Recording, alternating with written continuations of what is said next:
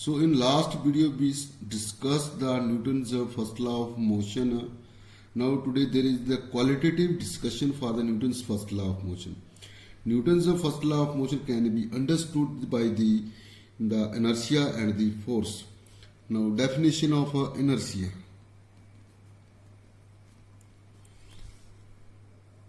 In the first part, Newton's first law gives the definition of inertia, according to which an object cannot change its state by itself. If the object is the state of rest, it will remain in the rest and if is moving in some direction, it will continue to move with the same speed in the same direction unless external force is applied on it. Its common example is when a book is lying on a table, it will remain the rest. If we applied a external force on it, it will change its position. So we can say the inertia is the property of an object. The property of an object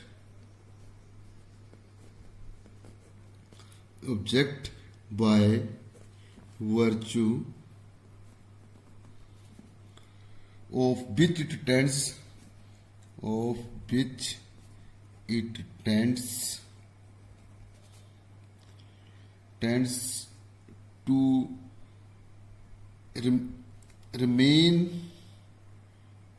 retain its state of rest or of motion is called inertia. So the definition of the force, force. In second part of the Newton's first law, according to which force is the external cause which can move a stationary object or which can change the state of the motion of an object. As I told you, when a book is lying on the table, it is the state of the rest. When we applied a force on it, it displaces from its place. It is the part of the force. So mean force, it is the cause. It is that external cause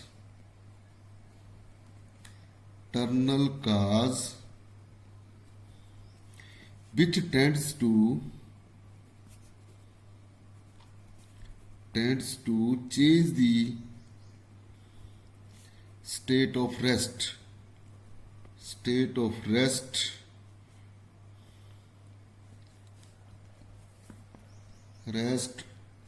or the state of motion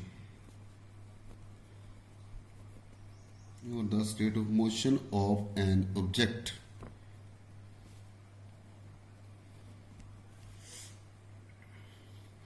Force is a vector quantity.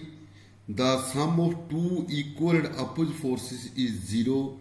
A body acted upon by the several forces can also have the resultant net force on it equal to 0. This reason you have to remember. Now next topic is the mass and inertia. Mean the relation between the mass and inertia. Inertia is inherent property of each body by virtue of which it has a tendency to raise the change in the state of rest or the state of motion. The property of inertia is because of the mass of the body. The greater the mass, the greater the inertia of the body. Its common examples are: a cricket ball is more massive than a tennis ball. The cricket ball acquires much smaller velocity than a tennis ball when the two balls are pushed with equal force for the same duration. It is difficult in motion than an unloaded trolley. To set a loaded trolley in motion than an unloaded trolley. Similarly, it is difficult to stop a loaded trolley than an unloaded trolley. So kind of the inertia.